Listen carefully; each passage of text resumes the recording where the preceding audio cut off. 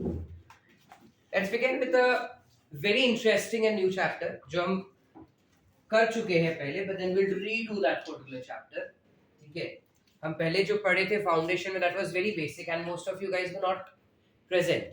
ठीक है, तो बचपन में हम पढ़ चुके हैं, but then हम उसको फिर से अलग तरीके से देखते हैं क्या है, and in detail with respect to NEET examination this time. ठीक है, let's go with the story. बहुत बहुत बहुत साल पहले ना, somewhere around 45,000 million years ago कुछ एक चीज हुआ था जिसे हम कहते हैं बिग बैंग. सुना है बिग बैंग थियरी? तब क्या हुआ था कि जो सन था ना, इतने हजारों साल पहले जो सन था वो फ्रैगमेंट हो गया, टूट गया था, और टूट के ना यूनिवर्स में ऐसे स्पेस में ऐसे ही उसके काफी सारे पार्टिकल्स बिखर गए थे. अब ये सारे पार्टिकल्स जो बिखर गए थे उस वजह से अलग अलग गैलेक्सीज बने थे, जिनमें से एक गैलेक्सी था अपना, और उस गैलेक्सी में अलग अलग प्लैनेट बने थे, जिसमें एक प्लैनेट था अपना विच इज अर्थ. ठीक है, अब ये जो अर्थ बना था ना, how exactly life came on earth. ठीक है, it's a very interesting story जो और डिटेल में हम पढ़ेंगे in the 12th standard chapter where we will be understanding about evolution chapter. ठीक है, but just a just idea कि सेल कैसे बना. तो अर्थ पे बहुत सारे केमिकल्स थे. ठीक है, पीरियोडिक टेबल तो सुना होगा हमने, हाइड्रोजन, इलेक्ट्रॉन, है ना, then you have helium, sodium, potassium, sulphur, nitrogen, all of that. अब इनमें क्या हुए थे कि काफी सारे एलिमेंट्स जो थे, ये सारे एलिमेंट्स पूरे बिखर चुके थे. मीनिंग उसका इलेक्ट्रॉन्स अलग जगह पे था, उसके प्रोटॉन्स अलग जगह पे थे, उसके न्यूट्रॉन्स अलग जगह पे थे. धीरे धीरे जब टेम्परेचर कूल होने लगा ना, तो प्रोटॉन्स और neutron they came at the centre and you had electron then coming up. अब प्रोटॉन और न्यूट्रॉन सेंटर पे था और इलेक्ट्रॉन को भी सेंटर पे आना था, लेकिन एक पॉजिटिव है एक नेगेटिव है, तो दोनों एक दूसरे को अट्रैक्ट नहीं कर पा रहे थे. And that's why, and apart from being attracted, जो इलेक्ट्रॉन्स थे they were very light weighted, because of which they could not reach at the center, that is the nucleus of atom, because of which first electron came and started revolving around that particular nucleus, and we had formation of something called as hydrogen. एक electron वाला कौन सा है? Hydrogen. So we had first atom which came into existence, that is nothing but hydrogen. Post hydrogen there were multiple others also. फिर धीरे धीरे करके दूसरा इलेक्ट्रॉन आया तो हीलियम बना, तीसरा इलेक्ट्रॉन, चौथा इलेक्ट्रॉन, ऐसे करते करते करते करते सारे जो एलिमेंट्स आज हमारे पीरियोडिक टेबल में दिख रहे हैं वो सारे बनने शुरू हुए. अब इन एलिमेंट्स में जो हैवी एलिमेंट्स थे वो सारे सेटल हो गए सेंटर पे, और जो लाइट वेटेड एलिमेंट्स थे वो सारे आ गए हवा में. तो सेंटर पे, इसलिए आज भी अगर हमको लोखंड चाहिए, iron, if we want, we get it from the earth's crust. Yes और नो? खोदने पे मिलता है. गोल्ड अगर चाहिए, it's a heavy metal, gold अगर चाहिए तो खोदने के बाद ही मिलता है अपने को. दैट्स बिकॉज जब अर्थ बना था तब ये सारे हेवी एलिमेंट्स जो थे वो अर्थ के सेंटर पे आके रुक गए थे. और अगर कार्बन चाहिए तो मेरे को खोदना पड़ रहा है क्या? हवा में मिलता है, because it's a light metal. ठीक है, अब धीरे धीरे टेम्परेचर और कूल डाउन हुआ. Hydrogen being highly reactive, it started reacting with oxygen, it became water. Hydrogen started reacting with carbon, it became methane. It started reacting with nitrogen, it became amino acids और amino group. ठीक है, ammonia बनना शुरू हो गया. धीरे धीरे करके टेम्परेचर और कूल डाउन हुआ, तो क्या हुआ, जो वाटर था वो वेपर फॉर्म में था, वेपर फॉर्म से वो नीचे आ रहा था, and it got condensed to form something called as water. When it gets condensed it gives you water. water vapor जो था वो कंडेंस हुआ तो क्या बनेगा? वाटर. बराबर, वो कंडेंस होके वाटर बना, मीनिंग व्हाट, बारिश होना शुरू हुआ. अब अर्थ का टेम्परेचर अभी भी बहुत ज्यादा हाई था, अभी भी अर्थ का टेम्परेचर बहुत ज्यादा हाई था. इस वजह से क्या हुआ, वो वाटर वेपर्स जो वाटर बन के नीचे अर्थ पे आ रहे थे ना, वो अर्थ तक पहुंचे उसके पहले इवेपोरेट होके ऊपर चले गए. ठीक है, फिर वापस वो कंडेंस हुआ, वापस वो नीचे आया, पानी बन के वापस ऊपर जा रहा था. ऐसा प्रिमिटिव वाटर साइकिल बना, very primitive water cycle. You know what is water cycle? फिर धीरे धीरे करके ये और ज्यादा पानी जो था वो नीचे अर्थ पे आने लगा. अर्थ पे आने के बाद पानी जो था वो अर्थ को थोड़ा कूल डाउन किया, और काफी सारे, अब कैसे ओजोन लेयर नहीं था, सनलाइट डायरेक्टली आ रहा था, क्योंकि वाटर कंडेंस हो रहा है तो अर्थ का एटमॉस्फेयर चेंज हुआ, जो एनर्जीज आ रहे थे, लाइट एनर्जी, हीट एनर्जी, अलग अलग टाइप के थे, और इस वजह से क्या हुआ, जो वाटर था वो अमोनिया के साथ रिएक्ट हो रहा था, अमोनिया जो है वो मीथेन के साथ रिएक्ट हो रहा है, ऐसे सारे केमिकल्स रिएक्ट होने लगे, and slowly and gradually you have different chemicals that were form. Temperature धीरे धीरे और कूल डाउन हुआ और ये केमिकल्स इकट्ठा आ गए और पहला एक सेल बन गया था, और ये जो पहला सेल बना था, that cell was obviously a prokaryotic cell. It was a prokaryotic cell. It was a prokaryotic cell. अब ये prokaryotic cell में pro stands for primitive.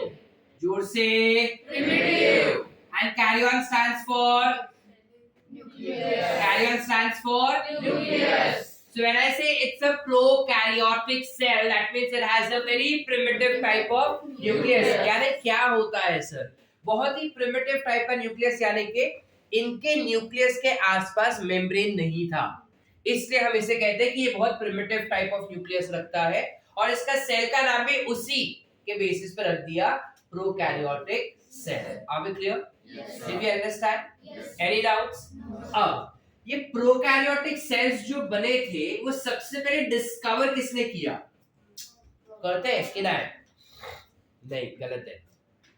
जो प्रोकैरियोटिक सेल बने वो सबसे पहले डिस्कवर किसने किया था, एक साइंटिस्ट था जिसका नाम है Anton von Leeuwenhoek. Anton van Leeuwenhoek in 1600s he discovered the first living cell. अब किस प्रकार उसने फर्स्ट लिविंग सेल डिस्कवर किया था, आइडियली वो साइंटिस्ट नहीं था, वो एक दुकानदार था जो साइंस के रिलेटेड चीजों को बेचता था।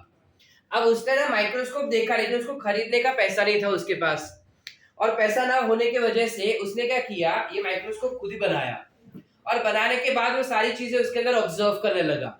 तो उसने पॉन्ड में से पानी निकाला और पानी को ऑब्जर्व किया, जब पॉन्ड से पानी निकाला और उस पानी को माइक्रोस्कोप के अंदर ऑब्जर्व किया तो उसने देखा काफी सारे छोटे छोटे सेल्स थे जो मूव हो रहे थे एक जगह से दूसरी जगह पे, काफी सारे छोटे छोटे सेल्स थे which were moving with the help of something called as flagella. ये क्या था उसे पता नहीं, लेकिन उसको काफी फैसिनेटिंग लग रहा था, वाओ यार मस्त चीज है, कुछ तो इंटरेस्टिंग दिख रहा है, तो ये तो छोटे छोटे एनिमल जैसे दिख रहे करके। फिर एक दिन उसने क्या किया, जब वो ब्रश कर रहा था ना तो उसके गम्स में से खून निकला, तो बोला ला चेक करते कि खून में क्या है करके। तो जब उसने खून को माइक्रोस्कोप के अंदर डाला तो he saw something called as RBCs, तो उसने आरबीसी भी ऑब्जर्व किए, ठीक है। फिर उसने गम्स को उखाड़ के देखा, गम स्क्रैपिंग्स किए, गम स्क्रैपिंग्स एवरीवन, गम्स को अगर हम स्क्रैप करते हैं तो जो स्किन निकलता है वो स्किन को उसने माइक्रोस्कोप के अंदर रखा, एंड उसने चेक किया कि क्या है इस माइक्रोस्कोप देखते करके कि गम्स के अंदर क्या है। गम्स के अंदर भी उसको सेम ऑब्जर्वेशन मिला कि कुछ बैक्टीरियाज है, मतलब कुछ छोटे छोटे स्ट्रक्चर्स है जो मूव हो रहे हैं, जो भाग रहे हैं एक जगह से दूसरी जगह पे। अब उसको इतना फैसिनेटिंग लगा ये छोटे छोटे एनिमल जैसे दिख रहे करके, और इस छोटे छोटे एनिमल को उसने नाम दे दिया as animalcule. He called it to be as animalcule, which now we know that these are nothing but bacteria, which is basically a type of prokaryotic cell. So who discovered prokaryotic cell? Anton van Leeuwenhoek. Who discovered prokaryotic cell? Anton van Leeuwenhoek. Who discovered living cell for the first time? Anton van Leeuwenhoek discovered living cell. उसके नाम में ही living है, देखो उसके नाम में ही living है, तो अपने को कंफ्यूजन नहीं होना चाहिए मार्क करते समय। सर आपने तो रॉबर्ट हुक बोला था, सर फाउंडेशन में जो बैठे हुए बोल रहे हैं सर आपने तो रॉबर्ट हुक बोला था, what did I say? First cell was discovered by Robert Hooke, but living cell was discovered by Anton van Leeuwenhoek. What are we mentioning over here? Living cell. क्या लिखेंगे यहाँ पे? Living cell. अरे Anton van Leeuwenhoek, right? ऐसा नहीं किया, mummy डांट के भेजी आज, फिर एनर्जी किधर है, बीमार है, फिर हाँ बोल रहे ना बोल रहे, बीमार है इसलिए शांत है। So who discovered living cell? Sir तो रॉबर्ट हुक क्या था, उसका स्टोरी क्या था, वो बंदा गया था एक पार्टी में, ठीक है, माइक्रोस्कोप तब नया नया डिस्कवर हुआ था। अब पार्टी में, वो फॉरेन लोग का पार्टी था ना, फॉरेन लोग के पार्टी में तो शैंपेन पोर करते ही है। जब शैंपेन पोर किया ना तो उसका ऊपर ना ऐसा ढक्कन होता है। अब वो ढक्कन अपने ऐसे वो नॉब वाले ढक्कन नहीं रहते, वैसा you have that cork thing which is there, ठीक है। तो उसने वो कॉर्क ऐसा लगाया था, वो किसी ने कॉर्क ऐसा पोर किया। अब कॉर्क जैसे ही ओपन किया ना, वो कॉर्क नीचे गिर गया। अब रॉबर्ट हुक नामक एक साइंटिस्ट था जिसको जानना था कि ये कॉर्क जो है वो क्या चीज हो सकता है, और उसको माइक्रोस्कोप पे देखना था ये चीज। तो कॉर्क ऐसा लिया और चुरा के घर पे चला गया। नेक्स्ट दिन मॉर्निंग जब वो आया ना लैब में, तब वो कॉर्क उसने लिया और उसके पतले पतले स्लाइस करने लगा, एकदम पतला पतला, अपना पोटैटो चिप्स होता है ना वैसा पतला पतला स्लाइस किया, और स्लाइस करके माइक्रोस्कोप के अंदर देखा। माइक्रोस्कोप के अंदर उसने देखा कि जो कॉर्क था, जो ऐसे कुछ दिख रहा था, वो कॉर्क के अंदर ना कुछ ऐसे हनीकोम जैसा स्ट्रक्चर था। There was some honeycomb like structure, कुछ इस प्रकार से दिख रहा है, yes or no? Yes. तो आवाज किधर है? Can we see this? Yes sir. कुछ ऐसे हनीकॉम जैसा स्ट्रक्चर दिखा उसको। अब ये हनीकॉम जैसे स्ट्रक्चर को वो और ज्यादा अच्छे से ऐसा जूम कर करके देख रहा था, और उसे पता चला कि अंदर से तो पूरा खाली है। मतलब कॉर्क जो था, उसने देखा कि कॉर्क जो है अंदर से पूरा खाली खाली compartments. Can you see this? These are empty compartments, अंदर कुछ नहीं है लेकिन कंपार्टमेंटलाइज किया गया है। तो Robert Hooke was the scientist who in the year 1665 utilized cork tissue and observed that under microscope, और कॉर्क के अंदर उसको दिखाई दिए क्या? empty compartments. yes or no? yes sir.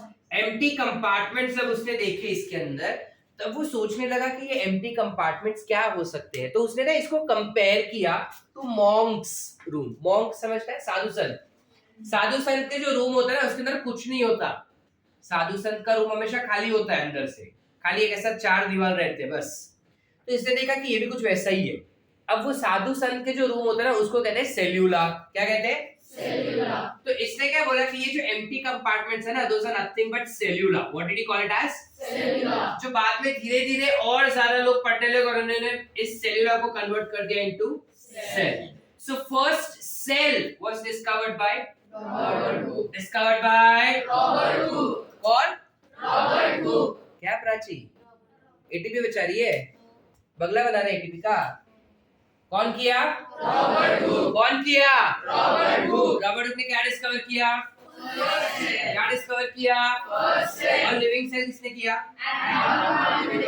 अच्छा, रॉबर्ट हुक ने कौन से साल में किया ये सब कांड? 1665।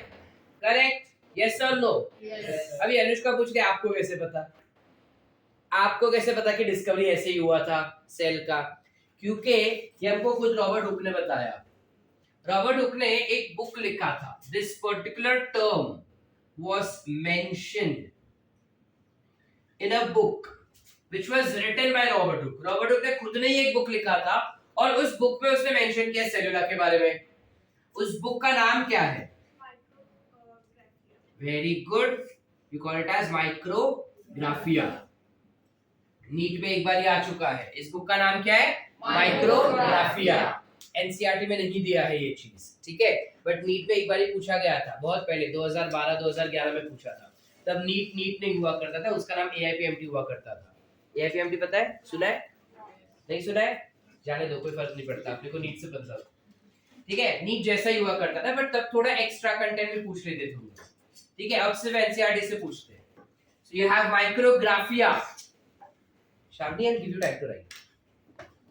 माइक्रोग्राफिया नाम का एक बुक था जिसके अंदर उसने सबसे पहले मेंशन किया था कि सेल्यूला जैसा कुछ बनता है कॉर्क के अंदर। धीरे धीरे धीरे धीरे ये सारी डिस्कवरी इतनी ज्यादा इंटरेस्ट लेने लगी और लोगों को इतना ज्यादा मजे आने लगे ये चीजें पढ़ने के लिए कि और ज्यादा से ज्यादा डिस्कवरी हो रहे थे, और ज्यादा डिस्कवरी हो रहे थे।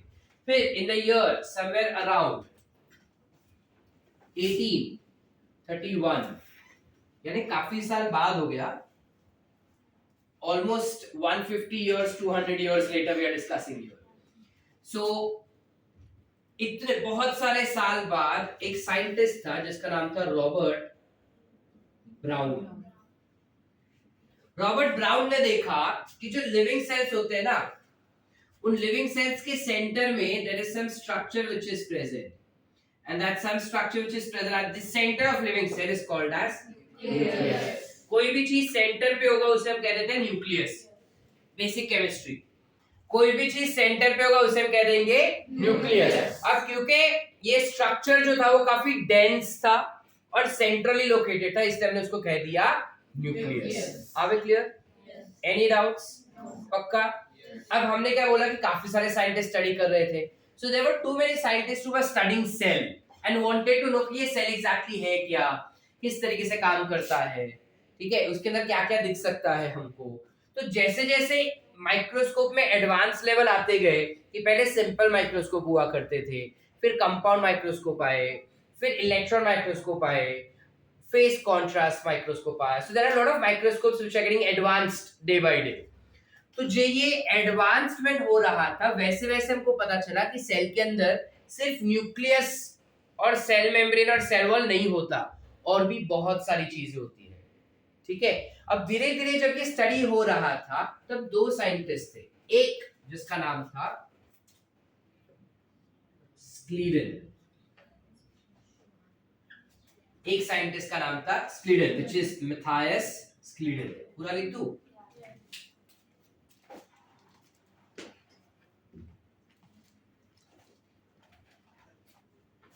एक साइंटिस्ट था जिसका नाम था मैथियस स्क्लीडन।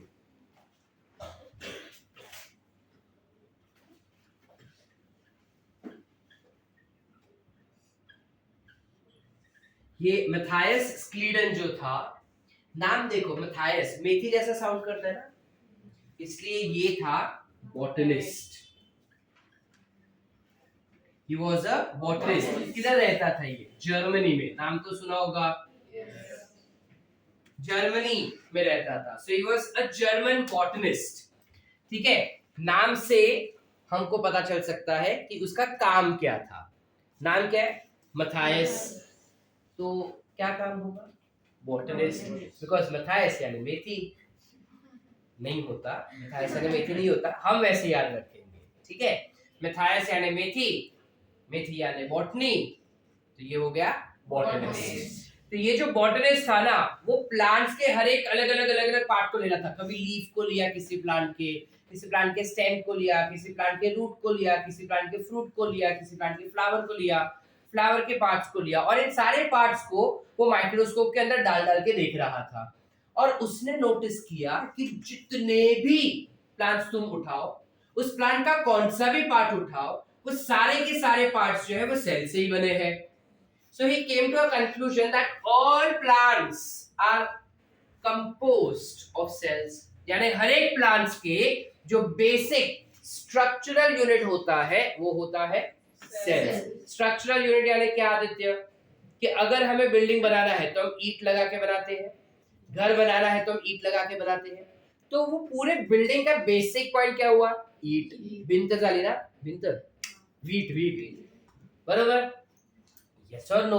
Yes. एनर्जी किधर है? हाँ। Yes or no? Yes. बराबर। वैसे ही उसने देखा कि जितने भी प्लांट्स है, ये सारे प्लांट्स का जो बेसिक स्ट्रक्चर रहता है वो सेल से बना है। यानी जब बहुत सारे सेल्स इकट्ठा आ रहे थे तब लीफ बना, बहुत सारे सेल्स इकट्ठा आए तो स्टेम बना, रूट बना, फ्लावर बना, फ्रूट बना, something like that. Are we clear? ये इसका डिस्कवरी था। ये डिस्कवरी वो कर रहा था इन द ईयर 1838। ठीक है, एक और साइंटिस्ट था, यानी 1838 में इसका डिस्कवरी तो आ चुका था। एक और साइंटिस्ट था जिसका नाम था श्वान। ठीक है, हाँ, जोर से मजा आएगा मेरे को। दूसरा साइंटिस्ट था थियोडर श्वान। तुम लोग को गर्मी नहीं लग रहा है?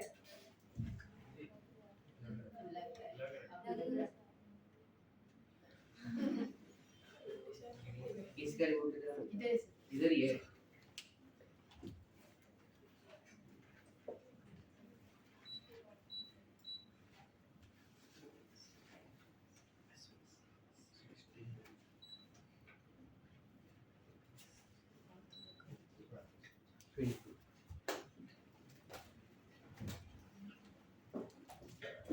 स्विंग पे रख देता हूँ, तुमको हवा का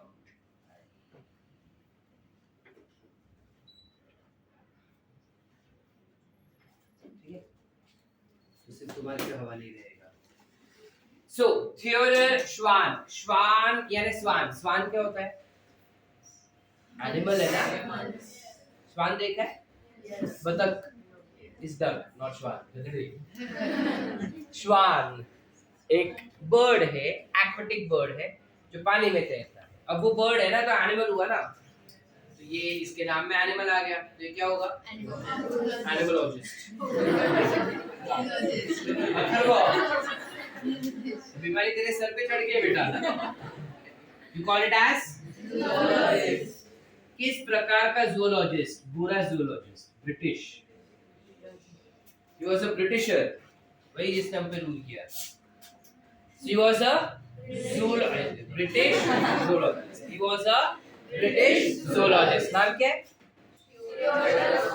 ये बंदा जब एनिमल्स को स्टडी कर रहा था, बिकॉज ही वाज zoologist, तो उसने अलग अलग एनिमल्स को स्टडी किया, ठीक है, और अलग अलग एनिमल्स के टिश्यूज ले रहा था। वो बेसिकली अलग अलग एनिमल्स के बॉडी पार्ट्स ले रहा था और उसको माइक्रोस्कोप के अंदर डाल डाल के देख रहा था। अब इसने भी सेम इंफॉर्मेशन क्रैक किया कि सारे एनिमल्स का जो बॉडी है that is composed of cells. So he also gave the same thesis that all animals are composed of cell. Structural unit of animals will be what? Cell. But ये उसने कब दिया? 1839 में। अब हमारे एनसीईआरटी के हिसाब से इस बंदे ने थोड़ा थोड़ा चोरी भी किया। क्या चोरी किया सर? इसने बताया खुद के एक्सपेरिमेंट से कि सारे animals, every animal have cell as their basic structural unit. He also mentioned that every plant is composed of cells. जबकि ये डिस्कवरी तो इसका था, उस बंदे ने खुद के नाम से दे दिया। फिर उसको थोड़ा सा गिल्ट लगा रहेगा कि यार मेरा काम तो था नहीं, ये काम किसका था? मेथी भाई का। उसको लगा यार गलती किया मैंने, किसी और का चोरी किया। तो उसने उसको कॉल करके बोला कि लेट्स डू इट टुगेदर, हम इस पे ना साथ में काम करते हैं। तो ये दोनों ने मिलके 1839 में ही एक पर्टिकुलर थियरी हमको दी, which is called as cell theory. The theory is called as cell theory. You also call it as cell doctrine. Some books also refer it as cell principle. They also refer it as cell principle. अब इसका मतलब क्या है ध्रुव? ये basically ये बता रहा है कि अगर मुझे किसी भी चीज को सेल बताना है तो उसके पास क्या क्या प्रॉपर्टीज होने चाहिए, पहली चीज। दूसरा चीज वो ये बता रहा है कि सेल एग्जैक्टली करता क्या है। समझा क्या नहीं समझा? गले लोग घुमा के मैं सेम स्टेटमेंट बोला। नशे में ही बैठे हैं। काय श्रावणी, गुड मॉर्निंग, जागे आहेस? पक्का? किधर बैठी है? नहीं, प्रारंभ में बैठी है क्या?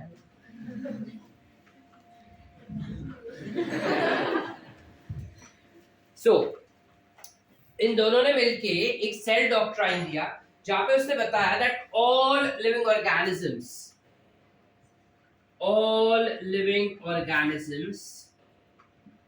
Are composed of cell, which basically means that cell is the basic structural and functional unit of life. Are we clear?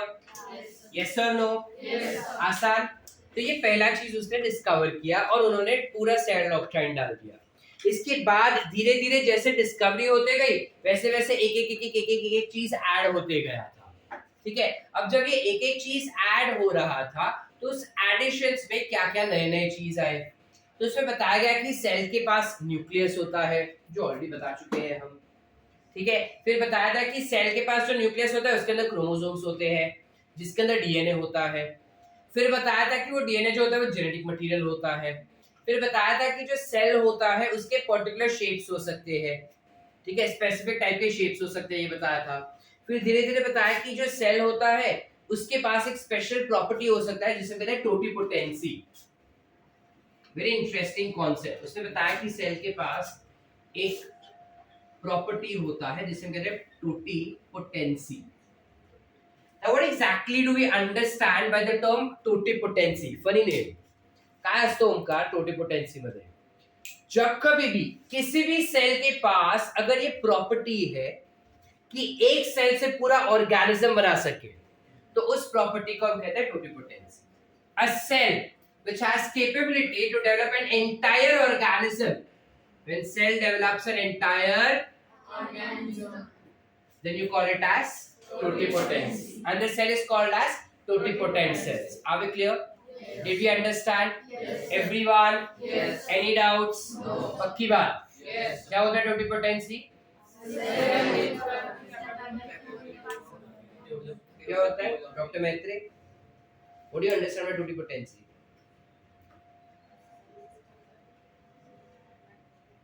बताओ। फर्स्ट बेंच पे बैठे बेटे आप। The cell have capability to develop food organism. When a cell has the capability of developing into whole organism, you call it to be as totipotency. You call it to be as totipotency. Are we clear? Yes. अच्छा, कोई example दे सकते हैं मेरे को? तन्वी, कोई example दे सकते हैं? कौन सा ऐसा सेल जिसको हम जानते हैं जो एक सेल से पूरा ऑर्गेनिज्म बन सकता है? ये हम जानते हैं, हम पिछले लेक्चर में ही पढ़े थे इसको।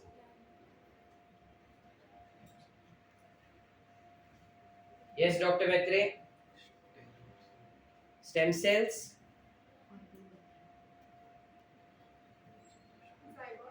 Very good. You have something called as Zygote. So zygote is one of the example, right? Zygote single cell होता है जो पूरे इंसान को डेवलप कर सकता है ना, या पूरे प्लांट को। We call it as Zygote. Totipotent cell. Cell क्या हो जाएगा ये? Totipotent cell. और ये प्रॉपर्टी क्या हो गया? Totipotency. क्या हो गया? Totipotency. समझा सबको? Yes. चले आगे। Yes. एक और टर्म होता है, एक्स्ट्रा इन्फो थोड़ा पढ़ लेते हैं, ठीक है? एक और टर्म होता है जिसे हम कहते हैं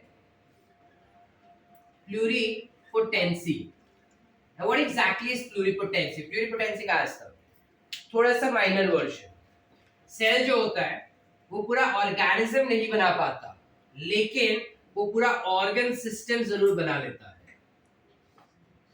it forms entire organ system, वो पूरा ऑर्गन सिस्टम बना सकता है, तो उसे हम क्या कहेंगे? प्लूरिपोटेंसी। क्या कहते हैं? Pluripotency. जब एक सेल पूरा ऑर्गन सिस्टम म्हणजे काय? Digestive system, excretory system, respiratory, nervous, immune system. ठीक है, तो अलग अलग सिस्टम बना सकते हैं, तो उस टाइप के सेल को हम क्या कहेंगे? Pluripotent cell. Property will be pluripotency. Everyone clear है? पक्का? पौर्णिमा राइट? कळतंय? डोस काय शिरते आपल्याला? नक्की जाऊया पुढे? वेदांशी पक्का? Shreya and Shreya's partner, I forgot your name. Vedika. तो दोनों सेम है ऑलमोस्ट। क्लियर है? चलो आगे। एक और टर्म, अच्छा इसका एग्जांपल सोच सकते हैं? Stem cells. कौन से? Stem cells. कौन से? अलग अलग स्टेम सेल्स होते हैं।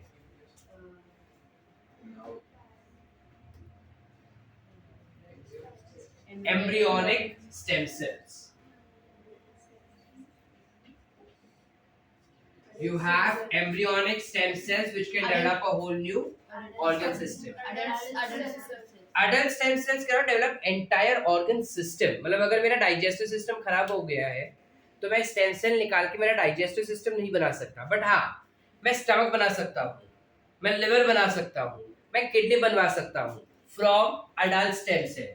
This property of a cell is called as multipotency.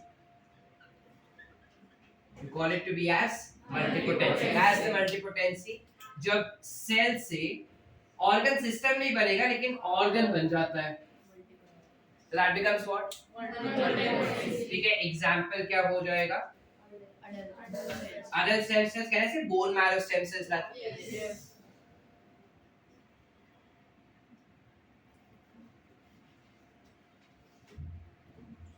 आसान? Any doubts? चले आगे. पक्की बात. अच्छा, तो ये सब चीज किस में फॉर्मुलेट होता है? सेल थ्योरी, सेल डॉक्ट्राइन या सेल प्रिंसिपल. ठीक है, अब इसमें हमको बताया जाता है सेल थ्योरी के बारे में कि हमने जो जो चीजें बोली ना, क्या क्या बोला कि उसके पास न्यूक्लियस होना चाहिए, न्यूक्लियस के अंदर डीएनए होना चाहिए, न्यूक्लियस क्रोमोसोम होना चाहिए, क्रोमोसोम में जेनेटिक मटेरियल होना चाहिए, प्लस उसके पास अलग अलग सेल ऑर्गेनल्स होने चाहिए, सेल वॉल या सेल मेम्ब्रेन होना चाहिए, उसका एक पर्टिकुलर शेप होना चाहिए, वो अलग अलग मेटाबॉलिक रिएक्शंस करने चाहिए. ये सारे प्रॉपर्टीज हुए सेल के. इसमें कहा जाता है कि अगर कोई भी चीज सेल से कम हुआ तो उसे हम सेल नहीं कहेंगे.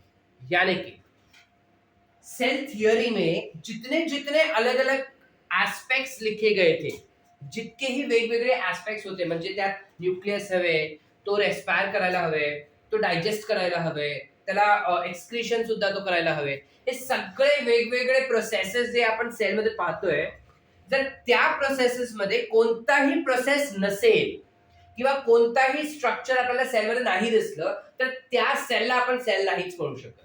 मीनिंग अगर कोई भी चीज सेल से थोड़ा भी कम है ना तो उसको हम सेल नहीं कहेंगे. ठीक है, अब श्रेया पूछे ऐसा कुछ है क्या सर हमारी दुनिया में? बहुत सारी चीजें हैं, लेकिन बहुत सारी चीजों में से एक प्रोमिनेंट चीज है जिसका नाम पता है क्या है? यस. हाँ बेटा, virus is one of the example. Virus एक ऐसा एग्जाम्पल है सेल का, rather not cell but then ऐसा एक एग्जाम्पल है जो दुनिया में एक स्ट्रक्चर है जो सेल जैसा कुछ भी नहीं रखता. ना वो खाता है, ना वो एक्सक्रीट करता है, ना वो डाइजेस्ट करता है, ना वो रेस्पायर करता है. ठीक है, ना उसके पास न्यूक्लियस है, जेनेटिक मटेरियल है उसके पास, ना उसके पास सेल वॉल है लेकिन मेम्ब्रेन है उसके पास. ठीक है, ना वो एक्सक्रीट कर सकता है, रिप्रोडक्शन कर सकता है, इन्फेक्शन कॉज कर सकता है वो. ठीक आहे, तो श्रुती काय झालं आता यात, सर्टन प्रॉपर्टीज अशी आहे जे लिव्हिंग ऑर्गॅनिझम सारखी आहे म्हणजे सेल सारखी, आणि सर्टन प्रॉपर्टी सेल सारखी नाही. आपण काय म्हणालो पार्थ? बरोबर, सेल मध्ये कुठली तरी एकही प्रॉपर्टी नसेल तर त्याला आपण सेल नाहीच म्हणू शकणार. येस और नो? तर ह्याला मी सेल म्हणू शकतो काय? So this is basically classified to be as acellular. काय म्हणतात त्याला? एसेल्युलर. आता जर ह्याला मी एसेल्युलर म्हणालो तर नंदिनी, राईट? नंदिनी, जर ही एसेल्युलर असेल तर ह्याला मी लिव्हिंग म्हणू की नॉन लिव्हिंग? Non living. पण तो त्याच्याकडे जेनेटिक मटेरियल आहे जे लिव्हिंग ऑर्गॅनिझम्स मध्ये असतात किंवा लिव्हिंग सेल्स मध्ये असतं. तो स्वतःला रेप्लिकेट करू शकतो, म्हणजे तो रिप्रोडक्शन करू शकतोय, तो इन्फेक्शन कॉज करू शकते. हे तर लिव्हिंगचे प्रॉपर्टीज आहे. तर मी ह्याला लिव्हिंग सांगू शकतो का? नाही. का? लिव्हिंग सांगू शकतो, पण दूसरी सगळी प्रॉपर्टीज नाहीत. तर आता काय करायचं? हम तो बहुत छोटे ऑर्गेनिजम्स हैं, हम बहुत तुच्छ इंसान हैं इस चीज के लिए. जो बड़े बड़े साइंटिस्ट हैं वो भी इसको सॉल्व नहीं कर पाए तो हम तो कुछ भी नहीं उनके सामने. वो साइंटिस्ट क्या बोले, इसको बीच में डाल दो, ये ना लिविंग है ना नॉन लिविंग. वायरसेस लिविंग आणि नॉन लिविंगच्या बॉर्डर मध्ये, they are at the border line. Viruses are at the border line between living and non-living. Asan? Yes or no? Yes. Then at the borderline of living and non-living. With that aspect, I thus call viruses to be as threshold. Very good. We call it as threshold of life. Are we clear? Yes. Which of the following is called as threshold of life? क्या बात करेंगे? क्या बात करेंगे? क्या बात करेंगे? अच्छा, सेल थ्योरी किसने फॉर्मुलेट की थी? किसने फॉर्मुलेट की थी? कौन से साल में ये सेल थ्योरी आया? करेक्ट. कौन सा बॉटनिस्ट है इसके अंदर? कौन है? और ज़ूलॉजिस्ट?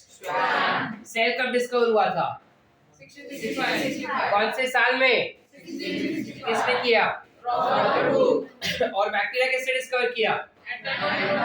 क्या? एंटोन लियोनग्रू. क्या क्या? Living cell was discovered by Anton van Leeuwenhoek. Are we clear? याद है पूरा कॉन्सेप्ट क्लियर? यानी अगर नीट में हमको इनमें से कुछ भी पूछा तो मार्क कर पाएंगे? टेस्ट में मार्क कर पाएंगे? भूल जाएंगे? पक्का? तन्वी, तू एटीपी का बंगला बनाने वाली है क्या रे? वापरना. खाना नहीं खाया? नाश्ता नहीं दी मम्मी? दिया ना? खाया खाना? चले. अब जब ये सारी चीजें हो रही थी और ये सारे एक्सेप्शंस आ रहे थे, उसके बाद धीरे धीरे जब आगे हम बढ़े तब साइंटिस्ट अब स्टडी कर रहे थे कि अच्छा ऑर्गेनिजम्स कितने टाइप के हैं. तो हमको पता चला कि हमारे पास 1.7 से 1.8 बिलियन स्पीशीज है जो अलग अलग किंगडम में स्पेसिफाई किए गए हैं. और ये सारे के सारे ऑर्गेनिजम्स जो है वो सेल से बने हैं. कुछ यूनिसेल्युलर है और कुछ मल्टीसेल्युलर है. तो नंदनी इसका क्या मतलब हुआ? यानी इसका मतलब ये हुआ कि कुछ ऑर्गेनिजम्स जो है वो अपना पूरा जिंदगी सिर्फ एक सेल से काम चला लेते हैं. हम मल्टीसेल्युलर है तो कुछ ऑर्गेनिजम्स को अपना पूरा जिंदगी काम करने के लिए एक सेल नहीं लेकिन मल्टीपल सेल्स चाहिए.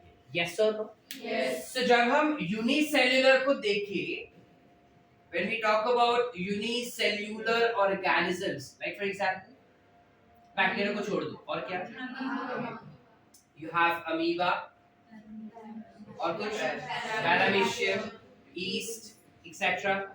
ये सारे जो अलग अलग ऑर्गेनिजम्स है ना जो यूनिसेल्युलर है, यानी कि ये ऐसे ऑर्गेनिजम्स है सुशांत जो एक ही सेल में खाना भी खाते हैं, उसे डाइजेस्ट भी करते हैं, उसे एक्सक्रीट भी करते हैं, रेस्पायर भी करते हैं, खाना को यूटिलाइज भी करते हैं और मल्टीप्लाई भी हो रहे हैं. ये सारा सब कुछ एक ही सेल से काम चला रहे हैं.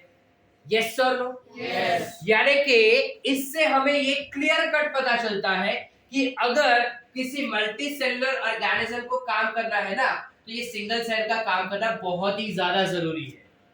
यानी अगर बहुत सारे सेल्स हुए, उनमें से हर एक सेल अपना अपना काम ढंग से कर ले तो भी चलेगा, क्योंकि ऑर्गन जो है वो काम कर पाएगा. यस और no?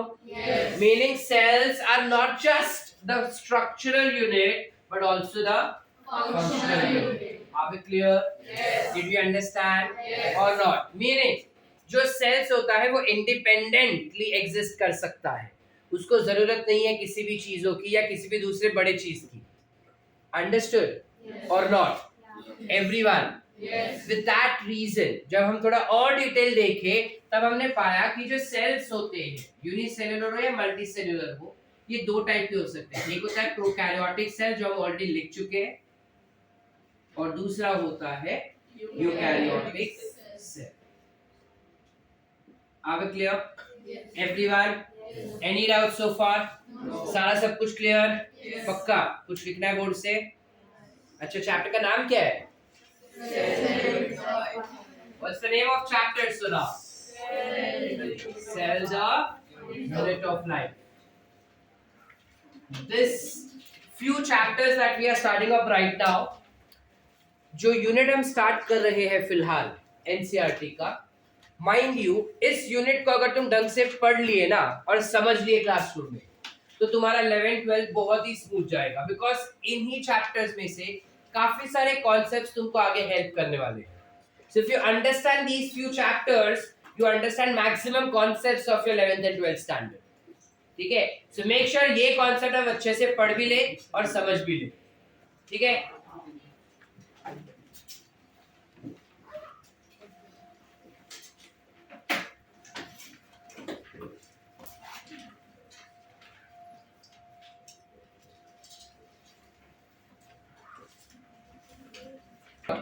that these cells what we have, all of these cells will have some basic properties. सगळ्याच सेल मध्ये काहीतरी बेसिक प्रॉपर्टी असतात. सगळ्या सेल म्हणजे काय, दोन्ही सेल मध्ये. कोणते दोन्ही सेल ऋतुजा, आपला अनुष्का, कोणते दोन्ही सेल, प्रोकॅरियोट आणि दोघांमध्येही काही बेसिक प्रॉपर्टीज असतात. जसं की दोन्ही सेल्स मध्ये सेल वॉल असणार आहे, ओके ना? यस और नो? यस. दोनों में सेल वॉल होगा. हाउएवर यूकैरियोट्स का जब बात करते हैं तो प्लांट्स में सेल वॉल होता है, एनिमल सेल्स में नहीं होता. ठीक है. इसके अलावा एनिमल सेल्स में सेल वॉल की जगह पे क्या होगा, सेल मेम्ब्रेन होता है उनके पास. इसके अलावा जो प्रोकैरियोट्स होते हैं उनके पास न्यूक्लियस तो होता है लेकिन nuclear membrane is absent. Nuclear membrane किसके पास होगा, nuclear membrane is present in eukaryote cells. Prathamesh, तू यूकैरियोट है प्रोकैरियोट? तू एडवांस्ड ऑर्गेनिज्म है या पिछड़ा हुआ? एडवांस्ड है, हाँ के ना? यस और नो? We are advanced. तो हमारे पास न्यूक्लियर मेम्ब्रेन होना चाहिए कि नहीं? होगा कि नहीं? यस क्या है, जोर से होगा या नहीं? है ना? अब इसके अलावा और क्या क्या डिफरेंसेस होते हैं या और क्या क्या चीजें हो सकती है? मोस्टली सारे यूकैरियोट्स के पास membrane bound organelles are present. Yes or no? Yes. What are those membrane bound organelles? Mitochondria, endoplasmic reticulum, Golgi apparatus, vacuole, सब पढ़ चुके हैं, है ना? हो गया हमारा सब पढ़ के सर. नहीं, वो सब हम ऊपर से देखे थे, डिटेल्स बाकी है. तो ये सारे अलग अलग टाइप के organelles are seen in the eukaryotic cells. However, prokaryotes में ये सारे ऑर्गेनल्स नहीं होते, कुछ नए ऑर्गेनल्स देखने को मिलते हैं उनके अंदर. Like for example, prokaryotes have something called as mesosomes. Prokaryotes will have something called as chromatophores etcetera. ऐसे अलग-अलग ऑर्गेनल्स उनके पास होते हैं. एक ऑर्गेनल जो दोनों में ही कॉमन होता है, बताओ कौन सा? Very good. राइबोसोम एक ऐसा ऑर्गेनल है जो हमको दोनों prokaryote as well as eukaryote दोनों में ही देखने मिलता है. Are we clear up till here? Any doubts? ठीक है. अब ये जब राइबोसोम्स का बात करते हैं, भले ही हमको दोनों में दिखने को मिलता है लेकिन दोनों में अलग अलग टाइप के होते हैं. बताओ टाइप. प्रोकैरियोट्स में कौन से हो गए? यूकैरियोट्स में 70s will be composed of 50 and 30. Family बोलते मेरे को पता ही नहीं सर क्या पढ़ेंगे. ठीक है, are we clear? Any doubts? याद रहेगा? चले आगे. करेक्ट आंसर मार्क करेंगे पक्का? चलो आगे. जानबूझ के गलत गोला मार्क नहीं करेंगे, जो भी थोड़ा थोड़ा कर लिए हम पहले एक्सपीरियंस में. चले, ये सारे ऑर्गेनल्स होते हैं. अब डिपेंडिंग ऑन दैट हमारे पास अलग अलग टाइप के सेल्स भी होते हैं. कुछ सेल्स जो होते हैं सबसे छोटा है. Like for example you have something called as mycoplasma. Mycoplasma इस दुनिया में सबसे छोटा सेल होता है जिसका साइज है वो 0.3 माइक्रोमीटर हो सकता है. उसके बाद होते हैं बैक्टीरिया जिनका साइज 3 से 5 माइक्रोमीटर जितना हो सकता है. Then you have ostrich eggs जो सबसे बड़ा होता है. ठीक है, हमारा नर्व सेल जो सबसे बड़ा लंबा होता है, longest is nerve cell. Are we clear? Yes और नो? Yes. ठीक है. Then you have different other types of cells also which are present which are filamentous in nature. Filamentous समझते हैं क्या होता है? थ्रेड जैसा. सो जब हम फिलामेंटस सेल्स का बात कर रहे हैं, there are lot of cells which can be filamentous as well. Like for example, fungus के cells फिलामेंटस होते हैं, स्पायरोगायरा फिलामेंटस होता है, ठीक है। कुछ कुछ ब्लू ग्रीन algae फिलामेंटस होते हैं। ये फिलामेंटस सेल्स जो होते हैं ना, इसका भी जनरली सेल्स जो होते हैं फिलामेंटस नहीं होने चाहिए। So this is one of the exception that we see for cell theory. Cell theory में बताया गया था कि सेल के अलग अलग शेप होते हैं, लेकिन सेल फिलामेंटस भी हो सकता है, ये नहीं बताया था। That is one of the exception. Are we clear? Yes और नो? Yes. ठीक है। इसके अलावा जब हम सेल के बारे में बात करें, न्यूक्लियस के बारे में बात करें, उसके अंदर क्या होगा? जेनेटिक मटेरियल होगा ना। जेनेटिक मटेरियल क्या होता है? DNA. Most of the time, most of the organisms have DNA as their genetic material. Both prokaryotic as well as eukaryotic cells. सारे prokaryotes और eukaryotic cells will have DNA as their genetic material. RNA भी genetic material होता है क्या sir? होता है. Viruses have RNA as their genetic material. ठीक है, बट वो धीरे धीरे हम पढ़ेंगे जब हम चैप्टर्स में आगे जाएंगे तब। क्लियर है यहाँ तक? Yes. Any doubts? No. पक्की बात? Yes. ये कॉन्सेप्ट भी क्लियर है? Yes. ठीक है, हम यहाँ तक रीड कर ले। Let's read our NCERT and check कि क्या बता रहा है वो। ठीक है, If that an inanimate thing does not have which a living thing has. The answer to this is the presence of basic unit of life, the cell in all the living organisms. All organisms are composed of cell. Some are composed of single cell and are called unicellular organisms, while others, like us, composed of many cells, are called multicellular organisms. What is a cell? Unicellular organisms are capable of independent existence and performing the essential function of life. again a very important statement. A cell is something which exists independently. Just अभी थोड़ी देर पहले हम देखे कि अगर unicellular organism है तो वो एक सेल से भी अपने आप का गुजारा कर सकता है पूरा जिंदगी। क्यों? क्योंकि वो खुद अपना काम खुद से कर सकता है। Cell can function by itself. ठीक है, that what is the second one, that it can perform the essential functions by itself. Anything less than a complete structure of cell does not ensure independent living. Hence, cell is the fundamental structural and functional unit of all living organisms. Anton von Leeuwenhoek first saw and described a living cell. Robert Brown later discovered the nucleus. The invention of the microscope and its improvement leading to the electron microscope revealed all the structural details of the cell. The cell theory. In 1838, Matthias Schleiden, a German botanist, examined a large number of plants and observed that all plants are composed of different kind of cells which form the tissue of the plant. At about the same time, Theodor Schwann, a Briton zoologist, studied different types of cells, animal cells, and reported that all had a thin outer layer which is today known as the plasma membrane.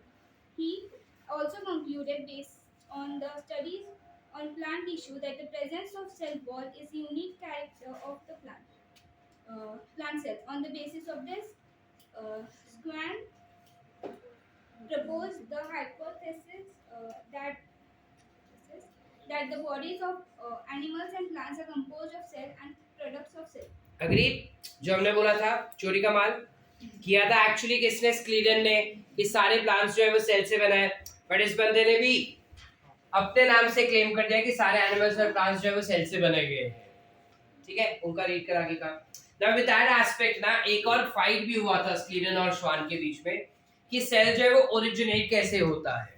ठीक है, तो cell originate कैसे होता है, इस fight में कुछ scientist ऐसे बोल रहे थे कि नॉन लिविंग थिंग्स जो है वो अचानक से लिविंग में कन्वर्ट हो जाता है। जैसे मैंने ये पेन रखा, कुछ 15-20 दिन बाद ये पेन जो अचानक से ऐसे मंत्र एंड सेल बन गया। ठीक है, बट देन पहले सब बहुत मानने लगे कि हाँ पॉसिबल है। अब ऐसा क्यों था? एक साइंटिस्ट था जिसने इसके ऊपर एक थियोरी लिखा था। एक दिन ना वो बहुत काम किया था और भाग के घर पे आया था और उसके कपड़े पूरे पसीने वाले गंदे सब थे और वो बहुत बोल रहा था कि नॉन लिविंग थिंग्स से ही लिविंग थिंग्स बन रही है। अब उसको वो चीज पहले कोई मान नहीं रहा था, तो उसको साइंटिफिक प्रूफ दिखाना था। तो उसने क्या किया, उसका जो गंदा पसीने वाला शर्ट था ना, उसने शर्ट निकाला और उसने गेहूं अंदर डाल दिया और उसका पोटली बना के उसने एक कॉर्नर में छोड़ दिया बॉक्स में डाल के।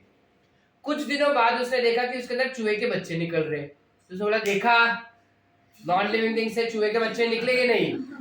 तो उसने बोला, इस वजह से मैं बोल रहा हूँ कि नॉन लिविंग थिंग से लिविंग ऑर्गेनिजम्स कन्वर्ट हो जाते हैं, यानी सेल बन जाता है। ठीक है, तो उस जमाने में सब इसको बहुत मानने लगे थे कि हाँ हाँ करेक्ट है, बराबर बोल रहे हैं, नॉन लिविंग थिंग से ही बन रहा है। मैंने भी उस दिन ऐसा डब्बा रखा था और अंदर चींटी हो गई थी, मतलब वो डब्बे में से चींटी उग रही है। बट जैसे जैसे जनरेशन आगे बढ़ा, साइंस जब इवॉल्व हुआ, तब एक साइंटिस्ट था लुइस पैस्चर नाम का, सुना है? Yes. लुइस पैस्चर ने इस चीज को रूल आउट कर दिया। लुइस पैस्चर बोला कि गधा है इंसान, ऐसा पॉसिबल ही नहीं है। लुइस पैस्चर के सामने कुछ ऐसे इंसिडेंट्स हुए थे और उसने एक एक्सपेरिमेंट परफॉर्म करके बताया था कि एक लिविंग ऑर्गेनिज्म दूसरे लिविंग ऑर्गेनिज्म को जन्म देता है। ठीक है, लेकिन इसके बहुत पहले एक और साइंटिस्ट था जिसका नाम था रुडोल्फ विर्को। नाम क्या था? Rudolf Virchow. Very important again, बराबर, मुझे अच्छा लगा। बोलो, नाम क्या है? Rudolf Virchow. 1855 में इस बंदे ने हमको उसकी भाषा में एक स्टेटमेंट दिया। वेरी गुड, उसने एक स्टेटमेंट दिया, ओमनीसेलुला ई सेलुला, जिसका इंग्लिश में मतलब होता है all cells arise From their existing ones. from pre-existing cells. Very good. Very good. It arises from pre-existing cells. क्या आता है क्या नीट में? 3 बार पूछा गया है। Same question. ऐसे आते हैं क्या सर? गैप में आते हैं। यानी अगर हम 21 और 22 का पढ़ के जो एक्सपेक्ट करेंगे 24 में सेम आएगा, नहीं आता है वैसा। ठीक है, but they ask this. All cells arise from the Pre-existing cells. Are we clear? Yes. Everyone? Yes. Any doubts? No. अब इसका उसने छाती ठोक के कैसे बताया कि ऐसे ही होता है? उसने माइक्रोस्कोप में उसके नजर के सामने देखा कि जो ईस्ट सेल था वो बडिंग करके डिवाइड हो गया, जो बैक्टीरिया है वो बाइनरी फिजन से डिवाइड हो रहा है, यानी एक सेल से 2 सेल। अब हमको पता है बडिंग और बाइनरी फिजन, तब उसे नहीं पता था। ये देख के वो बोला कि प्री एग्जिस्टिंग सेल जो है वो नए सेल को जन्म देता है। Are we clear? Yes. Did we understand? ये उसने कौन से साल में बताया? 1855. किसने बताया? Rudolf Virchow. किसने बताया? Rudolf Virchow. जोर से बोल सुशांत, किसने बताया? रुडोल्फ विर्को। फिर से बोल रहा, रुडोल्फ। Virchow. देखो इसको अलग अलग नाम से बुलाते हैं, Rudolf Virchow, Rudolf विरशाओ, different names. ठीक है, हमें जैसे इसका स्पेलिंग याद रहे वैसे याद रखो। ठीक है, I can memorize it as Rudolf Virchow, which sounds a little bit more sophisticated and थोड़ा इंग्लिश साउंड करता है। तुम्हें जैसे याद रखता है वैसे याद रख सकते हैं। ठीक है, क्लियर है? चलो करेक्ट कर आगे। Schleiden and Schwann together formulated a cell. Last bench पे आवाज आ रहा है उसका? चलो। Schleiden and Schwann together formulated the cell theory. The theory, however, did not explain as how new cells were formed. Rudolf Virchow, 1855, first explained the cell divide and new cells are formed from pre-existing cells, omnicellular E-cellular. He modified the hypothesis of Schleiden and Schwann to give the cell theory a final shape. Cell theory as understood today is, first, all living organisms are composed of cell and products of cell. Second, all cells arise from pre-existing cells. यानी कि asset cell theory में जो अलग-अलग points दिए ना, वो धीरे-धीरे करके ऐड होते गए थे, जैसे-जैसे डिस्कवरी हुआ था वैसे-वैसे। लेकिन इनिशियली जब श्वान और स्लीडन ने सेल थ्योरी बनाया, तब ये 2 स्टेटमेंट ही डाले थे उसके अंदर। फिर जब न्यूक्लियस डिस्कवर हुआ तो न्यूक्लियस होता है वो डाला, फिर जब न्यूक्लियस के अंदर क्रोमोसोम डिस्कवर हुआ तो वो डाला, जब डीएनए जेनेटिक मटेरियल होता है वो डिस्कवर हुआ तो वो डाला, फिर ये सेल डिवीजन वाला हुआ, रुडोल्फ विर्को वाला वो डाला। मतलब as and when discovery went on happening, this went on modifying. So you also have one more statement that which the cell theory was modified by dash करके आता है हमको. So cell theory was modified by Rudolf विरकॉट because हमारा NCERT में इस chapter में सिर्फ रुडोल्फ विरकॉट तक का ही मॉडिफिकेशन बताया है, उसके बाद का नहीं बताया है. ठीक है, तो अगर बाय चांस अपने को क्वेश्चन आता है that cell theory was modified by which of the following. So cell theory was modified by Rudolf विरकॉट बिकॉज़ जब श्वान और स्क्लीडर ने डिस्कवरी किया था तब तक तो यही था कि सारे लिविंग ऑर्गेनिज्म सेल से बने हैं. सारे लिविंग ऑर्गेनिजम्स का basic structure and functional unit क्या होता है? सेल. फिर बाद में रुडोल्फ विरकॉट ने बताया था हमारा एनसीईआरटी के पैटर्न के हिसाब से, बाद में रुडोल्फ विरकॉट ने बताया था कि सेल जो वो डिवाइड भी होता है और नए सेल को जन्म देता है. So then that was added inside. So that was a new thing that was added. ठीक है. An overview of a cell. You have earlier observed cell in the onion peel and or In the onion peel or human cheek cell under the microscope. Let us recollect their structure. The onion cell, which is a typical plant cell, has distinct cell wall and its outer boundary, and just within it is a cell membrane. The cell of the human cheek have a outer membrane as the delimiting structure of cell. delimiting structure यानी limit करना. Cell का जो structure है वो membrane जो है उसका boundary बना के रख रहा है, यानी सेल जो इधर तक ही है. ठीक है, जो सेल वॉल है प्लांट्स के अंदर सेल वॉल लिमिट कर देता है सेल को कि भाई इससे बाहर तुझे नहीं जाना है, जबकि एनिमल सेल्स में मेम्ब्रेन जो है वो लिमिट दे देता है. ठीक है, that is delimiting. Inside each cell is a dense membrane-bound structure is called nucleus. This nucleus contains chromosomes, which in turn contain the genetic material DNA. Cells that have membrane-bound nuclei are called eukaryotic, whereas cells that lack membrane-bound nucleus are prokaryotic. In both prokaryotic and eukaryotic cells, a semi-fluid matrix called cytoplasm occupies the volume of the cell. The cytoplasm is the main arena of cellular activities in both the plant and animal cell. Various chemical reactions occur in it to keep the cell in the living state.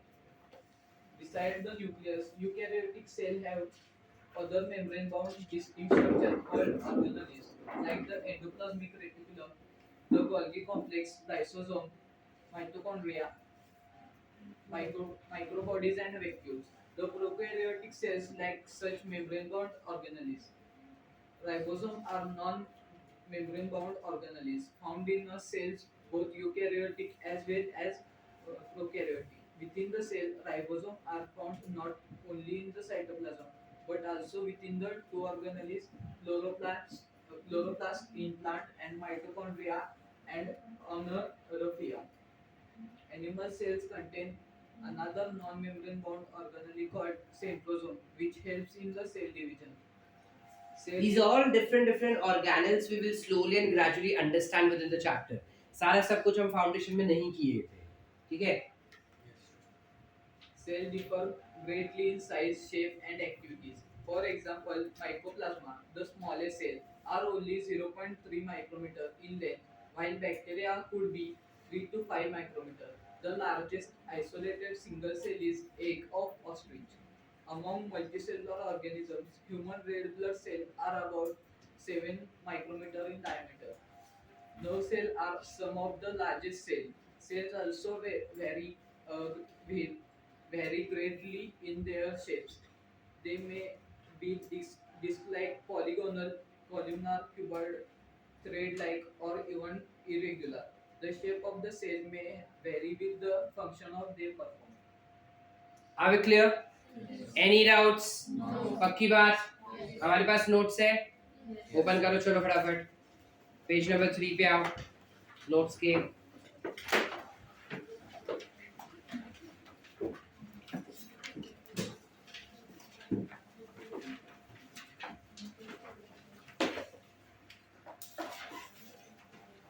Check करो नीचे there is a note. Can we see that?